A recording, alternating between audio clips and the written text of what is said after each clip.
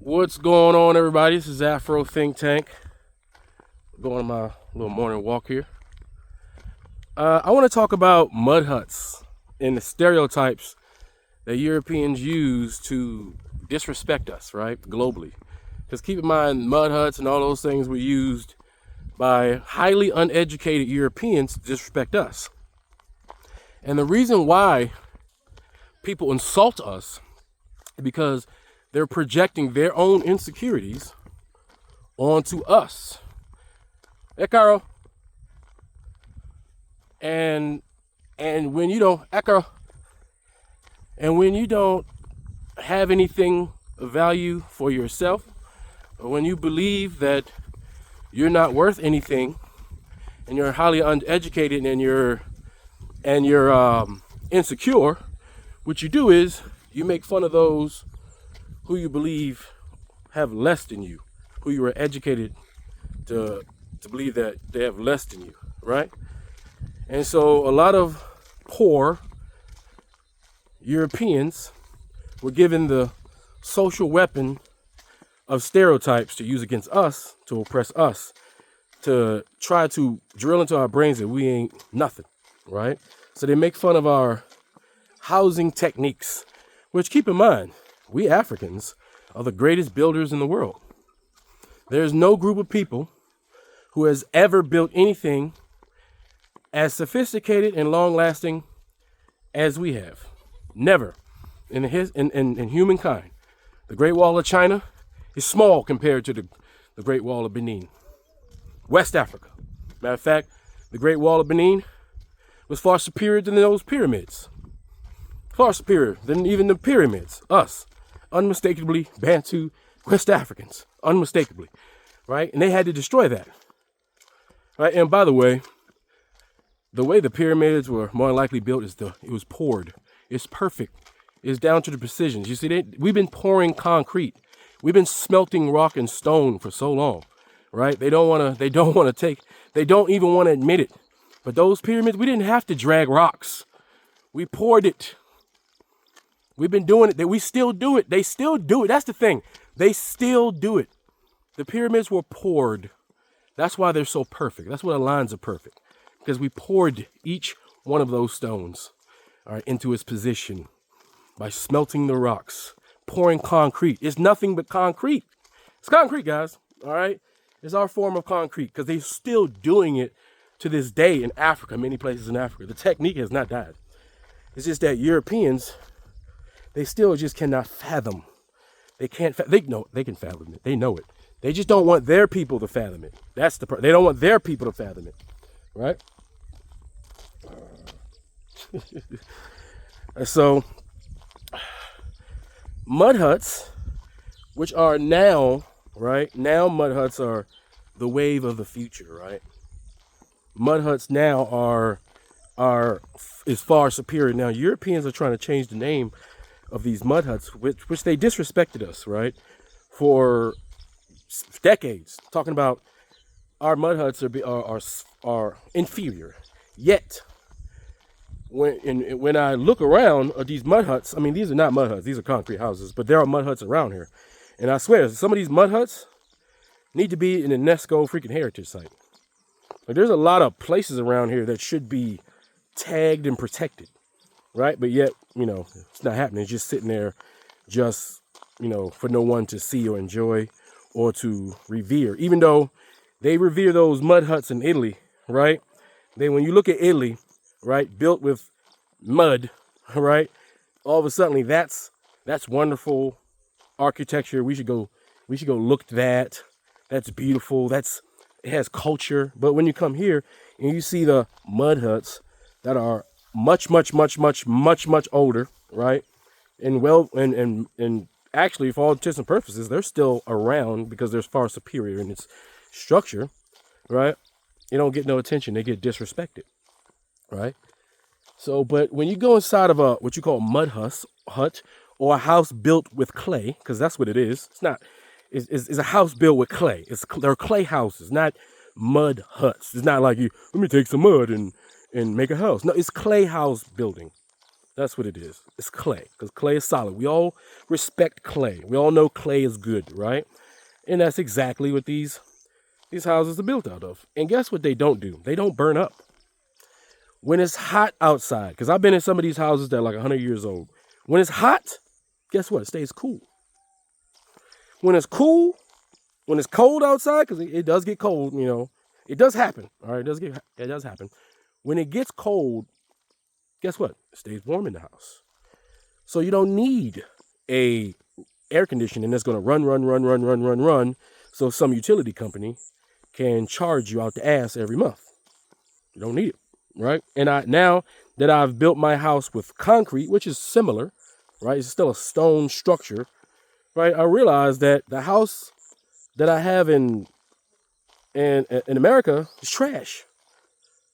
My overly expensive tinderbox is trash and far inferior to the mud hut that I built, okay? To my concrete house that I've built, right? And I don't need a lot of the things that you need in America to survive. It's far superior. Now Europeans are calling it, they're calling it ram earth housing now. It's the wave of the future. You see, when Europeans decided that their housing structures were going to be the standard, and everybody thought, oh, this thing is far superior. It looks nice and this and that. Right? We all end up having a house that we have to go to work to pay for. All of us in America, if we're lucky enough and able to purchase a house, we have to go to work to maintain that house. We literally slave over a mortgage because we don't even own the house. We own the mortgage. We rent the house, okay? Because you're not owning it, because if you own it, you wouldn't have to pay the government taxes on it. Think about it. If you pay off the house, don't you still got to pay for the house? And if you don't pay them taxes, what they going to do? They're going to take that house, the one that you supposedly own. Right, but here in Africa, everybody owns their houses because they built their houses. They may take 5 years to build a house, right? Like, let me show you. This is a house that's being constructed. Look at this house. It has a roof, right? And they're still constructing it, right? They've been constructing this house for quite a while. They have their food planted, right? So this is not just grass where they just, cut the grass every 2 weeks. So let me go buy some gas. And so I have to cut my gas. Let me go give another corporation money so I can cut the grass and look like the next neighbor. They got his grass cut with a dead, useless backyard, dead, useless space. No, they grow on crops so they can eat it, right? Even though they can't live in this house yet. I mean, they probably could. They still are making it worth something. You see that? They're making it worth something, right? And so if they take 5+ years to build the house, because they have to get their money bit by bit, little by little, right? But once they're complete, there's no payment, there's no mortgage. They don't necessarily need an air conditioner. Now they will get a fan. They can get air conditioning. I have an air conditioner. I'm sure they will buy an air conditioning. It's an additional feature, not necessary. You understand what I'm saying? So when you think about the stereotypes that they use against us about our inferior houses, what they're really saying is, I can't process my inferiority, so I'm going to make fun of your superior product in order to chop you down to size. That's what they're saying. Another thing that they always talk trash about is watermelon. They try to make fun of us for watermelon. Don't you know watermelon is the far superior fruit for survival? I am proud to eat watermelon. I'm proud to be attached to watermelon. Watermelon is the fruit that our African ancestors used to use to travel long distances and be able to survive. You see, we're smart and intelligent, and we're travelers. We're the most successful travelers on the planet.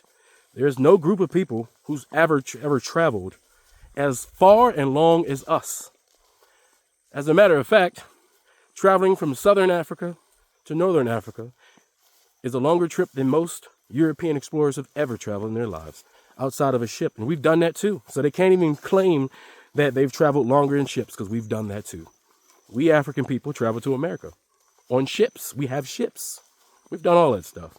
It's just that Europeans have suppressed all of that because they don't want to feel inferior to us. They have always felt inferior to us. Ever since the Greeks, right? Ever since the Greeks, well, not the Greeks, ever since the Europeans came down to the Mediterranean and encountered the Africans who lived in the Mediterranean, and then we civilized them. Ever since we civilized them, right? And then the Greeks could do nothing but talk about us. They loved us. So the Greeks weren't racist. They viewed us as their gods. We gave them everything they ever had. All of their scholars, all of their great scientists, all of their great philosophers, every single one of them, the ones that these Europeans use as a standard for European civilization, all of them was trained in Africa. All of them got all their information from Africa. And all of them had no shame in saying that they got everything from Africa. I think we got lost in translation after the Romans stole their stuff from the Greeks, and then the savage barbarians stole their stuff from the Romans. After that, and then the Europeans from the top, the northern Europeans, decided to emulate the Mediterraneans because that was their source of pride, right? And then after they did that, they came around to West Africa, right, over some years, and they realized that, damn, the rest of Africa is just like that. The rest of Africa is just like that, and they destroyed it and stole it, right? So just think about all the stereotypes, all of it. It's all projection, all of it. Like right now, I'm walking through, if this was America, all this would be dead grass, right? Let me turn the camera around. You see, this is the grass in Africa. All right, this grass is alive. This is wild grass. You see this? And when you allow grass to grow, it becomes something. You ever wonder why we continue to kill the grass that grows out of the ground that makes the soil rich? You ever wonder that?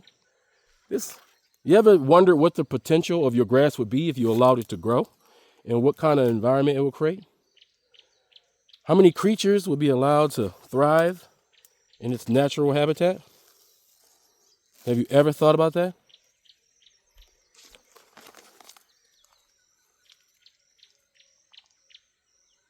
This is grass. And because this grass is highly nutritious, and because Africans knew what this grass could do, they used it as medicine and food. Everything that you see here can be eaten. Even the grass. The grass is medication. Yeah, so African people and our structures and our way of living is far superior. That's why we've been doing it longer. We have more experience. So now, Europeans who have realized that the African way of architecture and the African way of living is better for your health, it's better for your blood pressure, it's better for your peace of mind, it's better for your for quality of life. Everything that we do here structurally is better. And they know it. But in order for them to adopt it, they must change the name and make it seem like it's their idea. And that's currently what they're doing now. You have people making these things called earth ships, right? Earth ships. Earth ships are houses that utilize nature and works with nature in simpatico in order to live a comfortable life. Look up earth ships. I should probably at the end of this video, I should put a couple examples so you can see what I'm talking about. But you have a bunch of enlightened Europeans who are like, you know what? Let's build earth ships. What the earth ships do is they collect rainwater. The same thing Africans do, right? The same thing that's illegal to do in America, because if you dare to try to collect water that should be for everybody, you're in violation and you'll get fined and also arrested if you don't listen. All right. They collect water and they recycle it through gray water so that the recycled water that we use doesn't go to waste and it plants the foods around the crops and stuff around the house. Right. Earth ships are built with sustainable materials that will keep you cool when it's hot outside and keep you warm when it's cold outside naturally without any artificial technology that will require you to have a bill from a utility company every month for hundreds of dollars that you can actually be keeping, put in your pocket and use it for whatever you want to use. Right. And that's the truth. You know, and then you got the ones making the ram earth houses. Ram earth houses where we're going to take that clay and that mud and we're going to build a house because it's far superior. I'll put something up there. You'll see what I mean. And then you'll be thinking, well, damn, we were already doing that for hundreds of thousands of years before you Europeans came along and destroyed most of it and then disrespected it because you thought that you knew better about building with your paper plates and then charging us a ridiculous amount of money for it. Oh, look at this.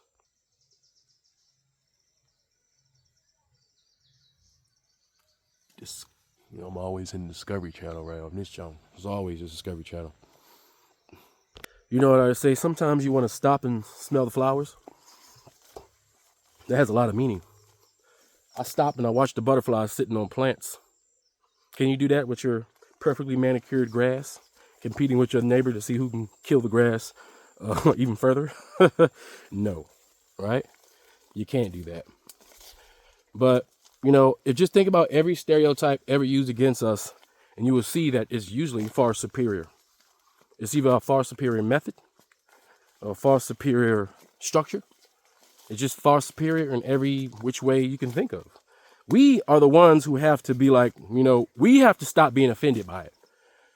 That's what it is. We have to stop being offended by the things uneducated Europeans say, because it's not like they're educated. Right? It's not like it's a bunch of educated Europeans telling us non-educated Africans that we ain't shit. These are usually even more uneducated Europeans, right? who have nothing but disrespect because they have no self-pride, right? Or they don't have any self-worth because the people that control them have never given them any self-worth. The rich people tell the poor, the rich white people tell the poor white people that they ain't shit, that they need to shut up and work, right? That all their problems is those people's fault, right? Because it can't possibly be, it can't possibly be their fault. No way. It has to be those people's fault, right? And so every time some ignorant, uneducated European, or even, oh God, don't let an Indian, don't let any POCs say anything. They can't say anything because all we have to do is look at them. Like that to me, that to me is funny. Like if a European, if any POC tries to use those same tropes against us, it would be too easy to clap back. Too easy to clap back. So I don't even bother. I just look at them as pathetic, right? But Europeans, I understand. Because they've been trained to be ignorant. They've been taught to be ignorant. The ones that I'm talking about anyway. So yeah, mud huts are far superior, and we need to create mud huts. We need to do that. I mean, we are the inventors of castles, keep in mind. We invented castles. We taught the Europeans how to make castles. 2, 3, 4-story castles. We invented the apartment complex. We Africans invented the apartments, and we made them out of clay, and they were far superior. Like, that's why it's important to know your history, because if you know your history, you'll be shocked as to what it is that we contributed even without us knowing, So that's all I really want to say, guys. I just want to talk about how, we shouldn't allow ignorance and its insecurities to upset us. Nothing should upset us anymore. We're at a paradigm shift. We're going back to who we are. We're starting to value the things that we've created. And there's no way any group of uneducated human beings can make us feel bad about the things that we do. They can't make us feel bad about the watermelon. You should proudly hold a watermelon in your hand. That is a symbol of pride for African people, the watermelon. Never let anybody make fun of you. The watermelon. As you can see, that daggone Mr. Speed, right? He's over there in Europe, right? He's exposing how racist they are in Europe. Just even when they're your fans, they're still racist. But if you watch World Soccer, you would know how racist Europeans are. Naturally, you see the natural jealousy that they have, as all of their superstars that make their teams great are African, yet they disrespect their own players that bring them championships. It's the weirdest, most awkwardest thing ever. Like, you know how you ever called out a racist European right in their face for being weird, like super weird and shit, and you be like, when you call them out, they're just like, racism? Think about that on a macro scale in Europe, right? They're throwing watermelons at him. They're challenging him while smiling. Like they're looking at him as like this alien, this God alien who reinforces the insecurities that they already have. So they don't know how to react. They emotionally, they're coming off the tracks, right? We should not allow them to do that again, right? We need to stay calm, cool, and collected as we always have. We are very calm, cool, collected people, you know? We're very level-headed, and we can see it. They can't see it sometimes because their racism, their envy, because that's what it is. Keep in mind, it's always been envy. It's always been envy. And we can't understand that because we don't envy anybody but ourselves. And the side effect of us only envying ourselves is we fight each other, utilizing tribalism and xenophobia, because we only get jealous of each other. We only see each other as competition. We don't see anybody else on this planet as competition for anything at all. And y'all know I'm right. I want you to really think about that. Black people don't see anybody else as competition for anything. That's where we are. We've never been jealous of anybody's anything ever, except for our own. And that thing is used against us. And we got to keep that part in mind as well. But anyway, I need you guys to be proud of our mud huts, our clay structures, our clay castles, all right, our clay infrastructure. Because we understand working with the earth is the best way to live. And guess what? When we move on to another place, we allow the things that we build to go back to the earth. That's natural. That's respect. We don't make things that will sit here and destroy the earth. We don't make things to destroy the environment. We make things with the environment. And it's a far superior product because nature knew what it was doing the first time. Okay? Nature knew what it was doing the first time. And nature gave us everything we need to survive and live a high quality life. We just have to be smart enough to understand that. Anyway, that's all I got to say. It's Afro Think Tank. Learn something, teach some. I'm out.